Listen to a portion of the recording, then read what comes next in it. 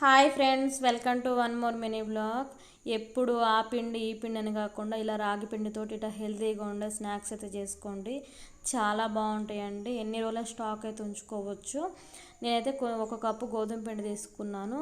దానికి తగ్గంత గోధుమ పిండికి తగ్గంత రాగి పిండి అయితే తీసుకున్నానండి. కారము, సాల్ట్, కొంచెం బేకింగ్ సోడా అయితే వేసుకొని ఇలా మొత్తం కలుపుకోవాలండి. చపాతీ ముద్ద కలుపుకున్నట్టు కలుపుకోవాలి. నేను తక్కువ క్వాంటిటీ తీసుకున్నాను, ఎందుకంటే నేను ఆల్రెడీ వేరే రకాలుగా చేశాను కాబట్టి ఇది కొంచెమే చేశానండి. కానీ హెల్త్కి మటుకు చాలా మంచిదండి. మా వాళ్ళు రాగి జావ తప్పక రాగి సంగటి చేసి తక్కువగా తింటారు. మా డాడీ అయితే అస్సలు తిండు, మా చెల్లి మా డాడీ అయితే రాగి సంగటి.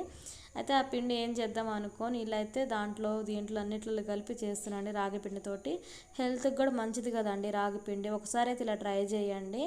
అయితే నేనైతే ఆయిల్లో మొత్తం వీట్ అయ్యేంతవరకు ఉంచేసుకొని ఒకదానికి ఒకటి అతుక్కోకుండా కొంచెం కేర్ఫుల్గా చేసుకోండి. గవ్వలు అనేవి పగులుతాయి, ఆయిల్ అనేది పైన పడకుండా చూసుకుంటూ చేసుకోండి. హెల్త్కి మటుకు చాలా మంచిదండి. ఒకసారి ట్రై చేయండి. ఎలా వచ్చిందో కామెంట్ చేయండి. నా ఛానల్ సబ్స్క్రైబ్ చేసుకొని లైక్ చేసి బెల్ ఐకాన్ టైప్ చేయడం ద్వారా నేను పెట్టే ప్రతి ఒక్క వీడియో మీకు నోటిఫికేషన్ ద్వారా అయితే వస్తాను. అలాగే మీ ఫ్యామిలీ మెంబర్స్కి షేర్ చేయండి. Thank you so much.